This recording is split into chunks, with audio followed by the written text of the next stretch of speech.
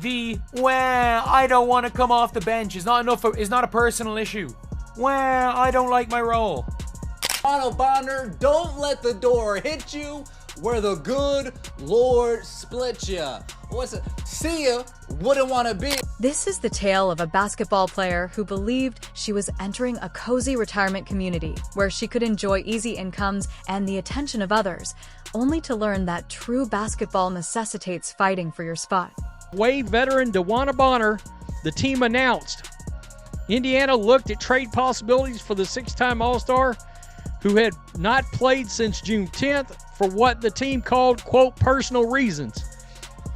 Well, the personal reasons were, from what I could tell, playing time is what I knew. Dewanna Bonner believed she was joining a peaceful, quiet team when she signed with the Indiana Fever in February, where she could easily slide into a starting position and coast through another season. However, what she discovered was a team that Caitlin Clark had turned into the most watched, scrutinized, and competitive environment in the W. Dewanna Bonner out with the old. Aaron McDonald, welcome back in with the new breaking. The Fever are waving. Dewanna Bonner, league sources told the Indy Star, then re-signing Ari McDonald. Bonner requested a trade after feeling she couldn't find a role on the team after getting benched, along with a bevy of other reasons as we covered yesterday. But Indiana could not find a suitable trade. The signs were there from the beginning, but Bonner was too conceited to see them. She began the season's first 3 games scoring an incredible 2.6 points per game while shooting a dismal 2 of 12 from the field. That isn't veteran leadership, it's veteran regression. Dewanna Bonner signs a free agent contract with the Indiana Fever. And after a handful of games, wants a Fever exit, apparently. And that is a strange situation, right? Because she was embraced.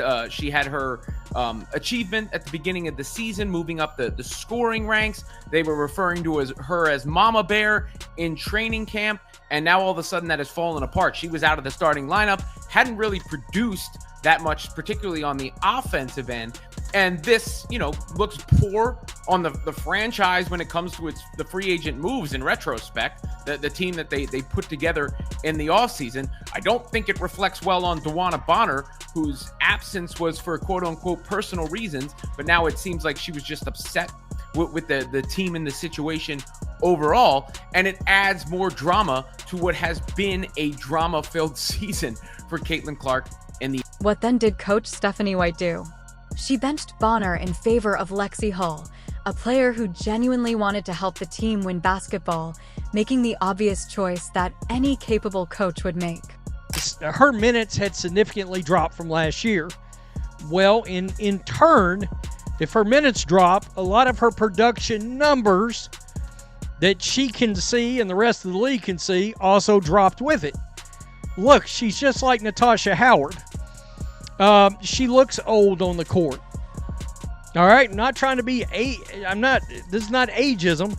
She looks like an older athlete. All right, she looks slower on the court, and the team has been lacking energy. It's been a serious problem. Seriously, long overdue. Let her go to the place where she feels she would be the best. How did our seasoned leader react to this totally fair coaching decision, like a pampered child who just had her favorite toy taken away, instead of rising to the occasion, working harder, and demonstrating that she deserved to regain her place? If you're enjoying, please subscribe. Since the fit didn't work out, Bonner chose to grab her ball and head home. She asked for a trade, which is basketball jargon for, I can't handle not being the center of attention, but this is where it gets incredibly pitiful. Not only did Bonner subtly request a trade, but she also completely deserted her team, skipping games and leaving her teammates hanging for 5 games in a row while pouting about her diminished role. The only personal explanation for this is that she became upset when she realized she might not be good enough to start on a championship contender. She couldn't fit with the rotations of the team. She's upset that Lexi Hall took her spot. That's the truth. Little blonde girl from next door took her spot. That's what it was. Well, Lexi Hall is a good basketball player. I think she earned that spot, in my opinion, and she's shooting very well from the three. She's an excellent three-point shooter this season. She's a sniper this season. And she hustles, she gets rebounds, she gets steals. She puts her heart out every single game. It's not just about basketball skill. It's also about character, and Dewanna Bonner's character was revealed as paper-thin the moment she faced genuine adversity. She signed on to lead a young team as a veteran, but when that team began to receive the kind of attention and pressure that comes with having a generational superstar, she folded like a cheap suit because he couldn't handle being on a team that loves Caitlin Clark because she secretly wanted to be the star herself. The jealousy is so evident that it's almost embarrassing to see a player who spent her entire career in relative obscurity, winning titles with teams that no one cared about, and then suddenly thrust into the highest sphere of women's basketball. Bonner, don't let the door hit you where the good Lord split ya. What's it? See ya, wouldn't want to be ya, right? I'm not telling you gotta go home, but you gotta get up out of here. Dewanna Bonner out with the old. Aliyah McDonald, welcome back in with the new breaking. The Fever are waving. Dewanna Bonner, league sources told the Indy Star, then re-signing Aliyah McDonald. Bonner requested a trade after feeling she couldn't find a role on the team after getting benched, along with a bevy of other reasons as we covered yesterday. But Indiana could not find a suitable trade option. Instead of welcoming the chance to be a part of something special, she resented the fact that 17,274 fans had come to see Caitlin Clark, not her. She was upset that the WNBA's so-called old guard had put up with veteran players coasting for years, content with playing in half-empty arenas in front of mostly family and devoted fans. And then Caitlin Clark broke television records, and suddenly everyone wanted to know what the WNBA was all about. These bitter veterans saw this amazing opportunity as a threat to their cozy little world, and they refused to accept it. The truth is, Dewanna Bonner was butthurt. That's what it comes down to. She was butthurt, her ego was bruised, and she wanted to cry and leave. This is a shame.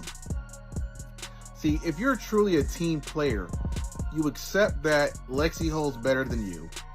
You accept being a role player and contribute of the way you can. And why do you even care at this point? You're 37 years old. You're making a lot of money for a WNBA player. Why not just ride it out? I don't understand that. You know what it was? She missed her boo thing in Phoenix, and she just want to wiggle her way out so she can go to Phoenix. That's all it was. The old guard couldn't handle that someone so young, so talented, and so marketable was making their league relevant for the first time in decades. They tried to discredit the person who was making them look irrelevant, and Dewanna Bonner, who should have been a link between the old and new eras of the WNBA, chose to side with the haters instead. She acted like a baby after realizing she might not start as much for the Indiana Fever, throwing a tantrum that lasted for weeks and finally led to her leaving her team completely. This is a 37-year-old woman acting like a teenager who didn't make varsity. Here. Long story short, DB thought her role was going to be one thing. She came in playing terrible, got benched, and was upset about it. Long story short, Shorty got her record and dipped. That's low-key crazy, y'all. Shorty dipped from the team for personal reasons for 5-6 games and then said she has no intentions on coming back? Because you sucked this year? She really had to be a double agent, dog. There's no way. She a career 29% three-point shooter, but she was shooting 30-footers with us. No bullshit. Like, it's no way. She was missing layups. She was getting blown by, like... Now, let's look at where our disgraced former Fever player is attempting to force her way because the destinations tell you everything you need to know about her character. She is reportedly trying to force a move to the Phoenix Mercury, the team where she spent the first 10 years of her career, essentially running back to her comfort zone where she can hide from the pressure of actually mattering. She may be going to the Atlanta Dream, which has Brittany Gurrier, who is well known for not liking Caitlin Clark. And yes, we all saw that viral moment where Gurrier allegedly used a slur on Clark after fouling out. These are the kind of players Bonner wants to surround herself with, players who have made it clear they resent everything Caitlin Clark represents. She is literally choosing to surround herself with the most toxic aspects of the WNBA rather than being a part of something constructive and transformative. Anybody with any intuition could sort of see that this was getting odd. The amount of time that she had missed with no explanation as to why, no timeline on her return, not making the road trip, all of these things, the lack of information, the basic mystery would be enough to get anybody's spidey sense tingling about this situation. But on top of that, I'll tell you this much. I heard that it was more basketball related than anything else over the weekend. Then she has the gall to issue a statement thanking the Indiana Fever as though she's some kind of professional who's handling the situation with poise. Who does she think she is? This is like someone who burns down your house and then thanks you for the games you play. You don't get to leave your team and leave your teammates hanging and then act like you're taking the high road. However, the irony in all of this is that the Fever are actually better off without her one less toxic player who obviously couldn't handle the pressure of being on a team that truly matters. They have replaced her with someone who genuinely wants to be there. Someone who values the opportunity, and someone who will fight for the team rather than against. And there's been so much speculation around her absence, but the whole thing was just kind of bizarre, and a lot of Fever fans were speculating that we're not going to see her back. And just today, it was announced that she has no intentions on returning to the Indiana Fever, and her preferred destinations are either Atlanta or the Phoenix Mercury. It's also been reported that the main reason that she wanted to leave is because things felt off from the beginning, and she thought that she would be a starter. But if you guys remember, DB was starting in the beginning of the season, and she honestly just wasn't playing her best. So Lexi Hall moved into that starting position. Let's get started. Ari McDonald, the player who is everything, Dewanna Bonner, didn't waste any time feeling sorry for herself or griping about her role when she was shot with the Fever earlier this season. Instead, she averaged 11 points. With her hustle defense and contagious spirit, she quickly became a crowd favorite with 3 assists and 2 steals in just 3 games. She played as like she was appreciative of the opportunity rather than deserving of it. Bonner's pitiful departure is perfectly contrasted with McDonald's narrative. They could have seen a player who genuinely wanted to be a part of what the Fever were creating rather than someone who was just getting paid. This athlete was cut by the LA Sparks during training camp, leaving him without a team and with the option to give up. McDonald's aggressive style and tough defense resonated with a fan following that had been searching for athletes who would fight with their idol instead of bemoaning her success. Dewanna Bonner knew damn well she didn't want to come to Indiana. She knew she didn't want to be there. She knew she didn't want to be there. I think the fix was in. The Phoenix Mercury didn't have the bread to pay her. She said, I'm going to get the bag elsewhere, and then I'm going to force my way out to where within the first half of the season before All-Star, Alyssa Thomas, I'm gonna be on your team. I think the fix has been in. I think the Phoenix Mercury knew this was gonna happen. I think they knew this was gonna happen. I think she played bad on purpose. She plummeted her stock to the point where it's not like we could trade her. It's official. It is official, y'all.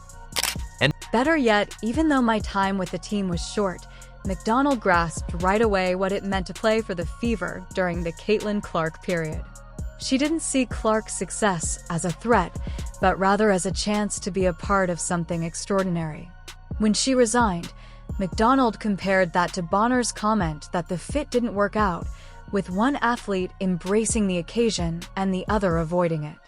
Fever COO and GM Amber Cox encapsulated it flawlessly as soon as she stepped foot in Indy. Even though Ari only played in a few games, her influence as a playmaker and defender was obvious. Take note of the crucial phrase, the style and mentality we are building. Bonner never understood that the Fever weren't attempting to accommodate players who couldn't handle pressure. Rather, they were fostering a culture of excellence, competitiveness, and resilience. Harry McDonald back, that's good business. glad she's back. I knew she was waiting after all those hardship contracts were being signed by different players on different teams. I was like, man, look, Ari, not on a team yet. She's coming How about back. Natasha Howard? In response to the entire incident, the other veteran who joined the Fever with Bonner, Howard, has been telling, posting some cryptic statements on social media that might be construed in a number of ways. The most crucial thing she did was stick with her team. When things got tough, she didn't demand a trade. When her role wasn't exactly what she expected, she stayed and fought, which is what professionals do. Howard and Bonner's differences are striking. Both players were brought in to provide veteran leadership, but only one of them truly understood what that meant. They would much